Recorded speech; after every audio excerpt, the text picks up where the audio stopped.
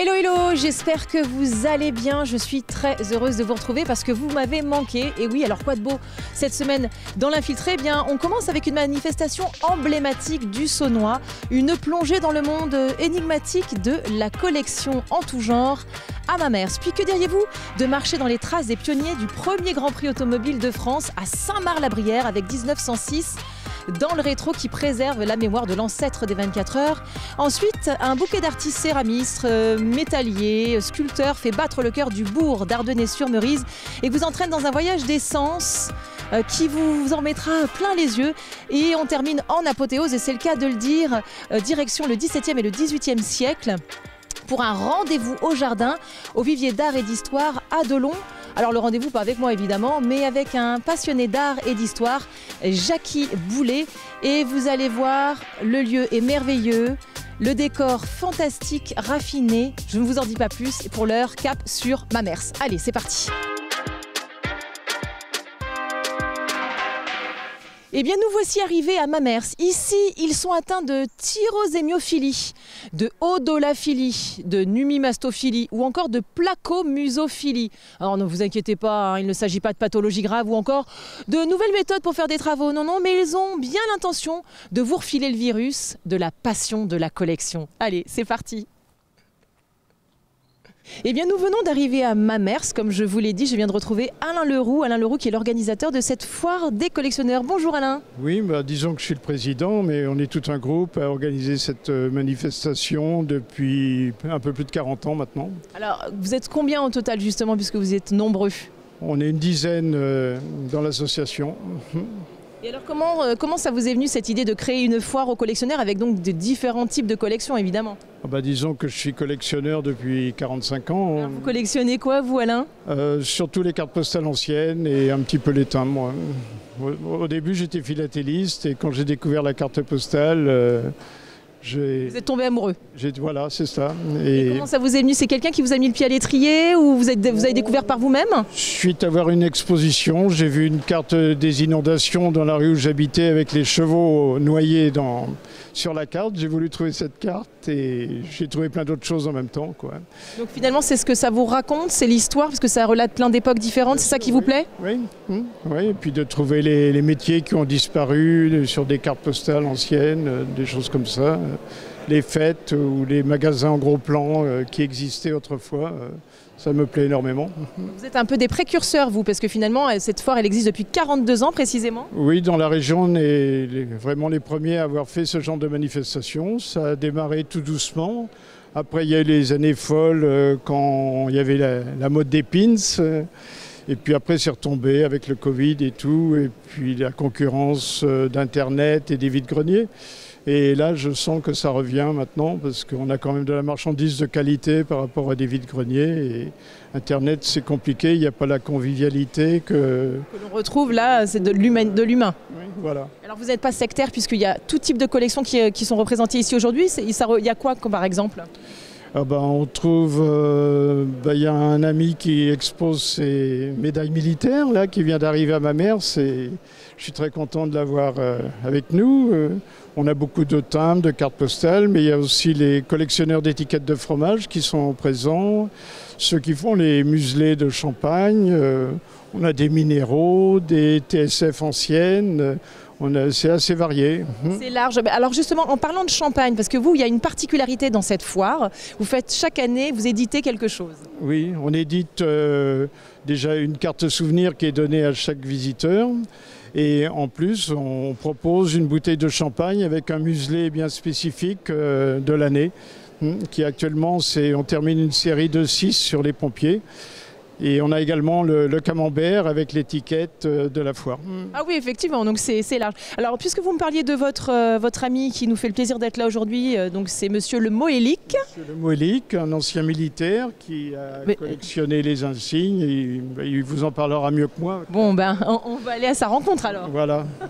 Il a l'air d'être occupé, mais je vais aller le déranger. Bonjour, bonjour, est-ce que je peux vous embêter 2 secondes, vous? Ne m'embêtez pas, c'est avec plaisir. Ah mais vous pouvez rester, monsieur, c'est pas interdit de regarder, hein, faites-vous plaisir. Non. Alors, vous vous appelez Michel Le Moëlic, c'est ça? Exactement. Alors, apparemment 43 ans dans l'infanterie de marine, c'est ça? Exactement, 43 ans d'armée. J'ai commencé en 1974 à Bayonne. Et les premiers insignes qu'on nous a remis. Et puis l'accumulation après 43 ans que je stockais dans une boîte. Et puis j'ai décidé enfin de les mettre en valeur. Et c'est un peu le retour du militaria sur la foire de Bamers. Très bien, mais donc tout ça, c'est vos médailles à vous? Ah non, c'est pas Ah des bon médailles personnelles. Hein. Parce que j'allais dire, dites donc. Mais la particularité, ce sont des décorations qui ont été portées par des gens, réellement. Ah, très bien. On prend celle-là, par exemple, il y a 3 clous sur la médaille des blessés. Le gars a été blessé 3 fois. Très bien. Ah d'accord, donc les étoiles, ça signifie ça, très bien. Voilà. Il y a les 14-15, Croix de guerre 14-15, 14-16, 14-17, 14-18. Très bien. Voilà, les millésimes. La croix de commandeur de la Légion d'honneur. Et puis divers insignes que j'ai récupérés en OPEX, par exemple, parce que j'ai eu la chance de faire le Kosovo, l'ex-Yougoslavie, le Liban, etc., etc. Ce qu'on appelle les OPEX actuellement. Très bien. Mais et du coup, c'est parce que ça vous ramène à des périodes pas nécessairement heureuses, un peu dramatiques certaines fois. Oui, certainement, mais en même temps, c'est un plaisir de les avoir, parce que ayant été dans des théâtres d'opération qui n'étaient pas toujours, c'est pas toujours marrant, mais bon, que je vois les insignes de temps en temps, ça me remémore les souvenirs, et puis c'est pas forcément désagréable, parce que j'ai eu la chance de toujours En entier. voilà, entier. Et donc du coup, c'est aussi une manière c'est un devoir de mémoire finalement que nous avons nous Français de rappeler un petit peu notre histoire aux gens, c'est ça? Exactement, parce qu'à travers des insignes, je cite une anecdote que j'ai vécue en Auvergne. Un gars qui m'a vu un insigne dans une exposition, il me dit « Ah, mais j'ai porté cet insigne-là en Algérie à telle période ». 5 minutes plus tard, arrive une autre personne. « Ah, j'ai porté cet insigne-là en Algérie ». Ben, je dis « Vous êtes au moins 2 dans la salle ». Et en fait, il y a un qui était le chauffeur du capitaine. Ils se sont retrouvés tous les 2. Incroyable. 40 ans après. C'est vraiment mémorable quoi, pour eux. Et ils se sont retrouvés. Ils n'habitaient pas très loin l'un de l'autre en plus. Et alors du coup, ça représente combien de médailles au total, tout ça? Parce que c'est une très très grande collection. Je présente 150 décorations environ et 500 insignes divers et variés d'opérations extérieures, de régiments, de grandes unités, un peu de tout. Voilà. Et à l'origine, vous êtes sartois ou pas du tout? Pas du tout, je suis breton. Voilà. C'est vrai, le Moëlic, que je suis bête, mais quelle question idiote. Voilà, écoutez, on aime bien les Bretons, c'est nos voisins, ça va. Et ben, les Bretons sont partout, hein, voilà. Non, mais c'est un grand plaisir d'exposer ici avec UTCM, voilà. Et puis je pense que l'année prochaine, s'il y a d'autres militariats qui veulent se joindre à nous, c'est avec grand plaisir qu'on les accueillera, je pense. Ouais, en tout cas, bravo, votre collection est magnifique et merci de nous partager tout ça. Merci beaucoup. Merci Michel. Bonne journée. Alors là, on vient de quitter Michel Le Moëlic, mais il y a d'autres collections qui sont absolument étonnantes, et notamment des étiquettes de fromage. Oui, là on arrive dans le quartier des tyrosémiophiles, les collectionneurs d'étiquettes de fromage, dont Monsieur Sabat, qui vient de Granville tous les ans nous voir. Ah, super. Depuis le début? Pas depuis le début, mais depuis déjà de nombreuses années. Ouais, super, alors on va aller à sa rencontre. Bonjour monsieur. Bonjour. Comment allez-vous? À peu près bien. Oh bah vous avez l'air en forme, vous êtes beau comme un camion. Ah, ça c'est pas sûr. Oh bah si, moi je trouve. Alors, comment ça vous est venu cette envie de collectionner? J'ai eu un problème de santé en 89. Et puis bon, j'avais une épouse qui avait commencé un tout petit peu.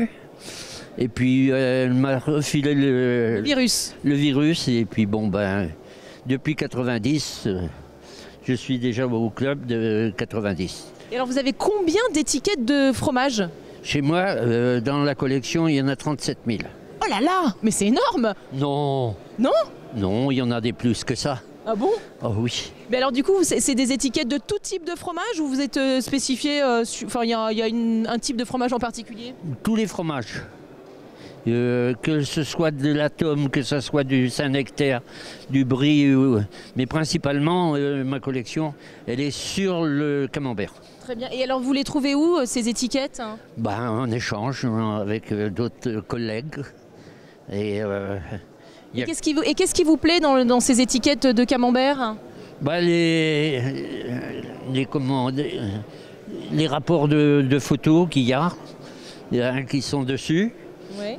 Par rapport à celles qu'on a maintenant qui valent absolument pas grand-chose. Vous voyez des titres comme ça. Donc vous parlez de la typographie, des couleurs, voilà. C'est ça? Oui. C'est ce qui vous séduit. Vous les trouviez originales?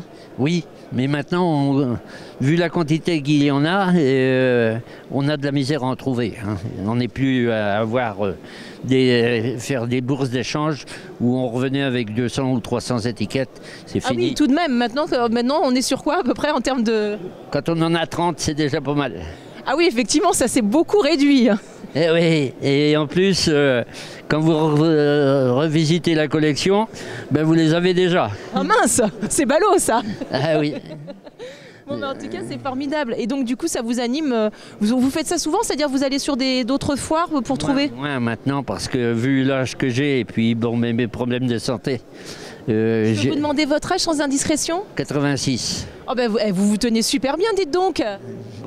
Avec bien des problèmes. Ben, écoutez, ça ne se voit pas. En tout cas, votre collection est magnifique.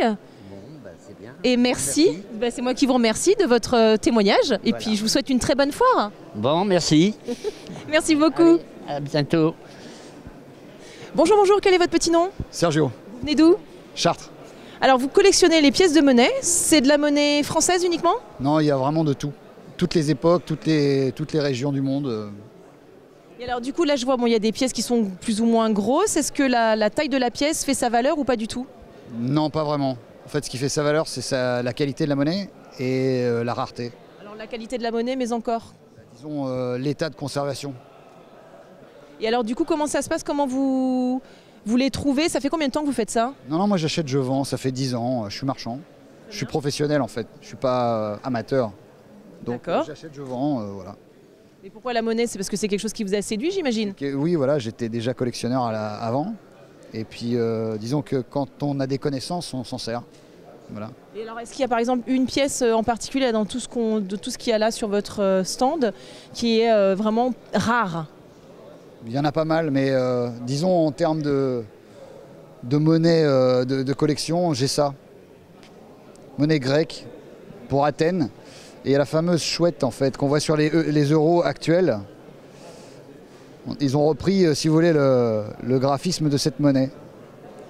Et elle date de quelle époque? Cette monnaie est très très ancienne et date du 4e, 5e siècle avant Jésus-Christ. Donc on est vraiment dans Ah oui, effectivement. Elle est très très belle. On a Athéna là en fait. Elle est très très jolie. Ah oui, elle est belle la déesse. Ouais, voilà. Et donc voilà, c'est une monnaie emblématique pour Athènes, voilà, c'est très très joli. Donc ça c'est une pièce rarissime et est-ce qu'on peut... C'est pas rarissime, mais on en trouve, mais voilà, c'est une bonne pièce quoi. Voilà. Et alors par exemple des pièces comme celle-ci?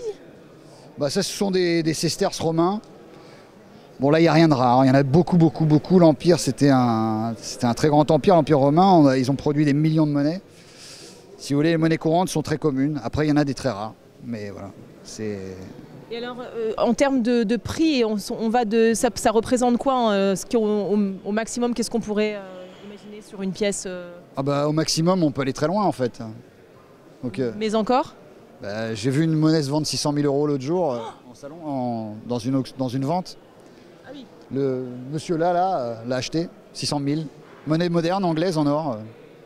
Mais alors, ça peut faire des millions une monnaie. Hein. Et alors là, du coup, par exemple, là, elles sont très très foncées. Ça a 2000 ans quand même, hein, c'est romain. Disons qu'il y a des patines, voilà. Celle-là, elle est jaune. Celle-là, un peu verte. C'est le vert de... Voilà, celle-là, elle est très jolie. Regardez, c'est une femme, Faustine. Oui, on peut la montrer à la caméra. Ouais, très très belle pièce. Bon, c'est pas rare, mais dans une qualité comme ça, ça devient intéressant, voilà. Mais écoutez, merci beaucoup pour toutes ces informations. Merci. Et bravo pour cette jolie collection. Cette foire est évidemment très riche, on ne vous a pas tout défloré. L'idée c'est que vous reveniez, que vous y veniez si vous ne connaissez pas encore. Et donc, on se donne rendez-vous quand? Chaque année, le premier dimanche de juin, même salle, même heure. Alors la salle?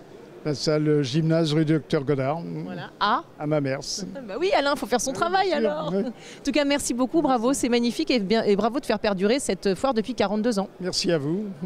Merci. Et puis nous, maintenant, on file à Saint-Marc-la-Brière.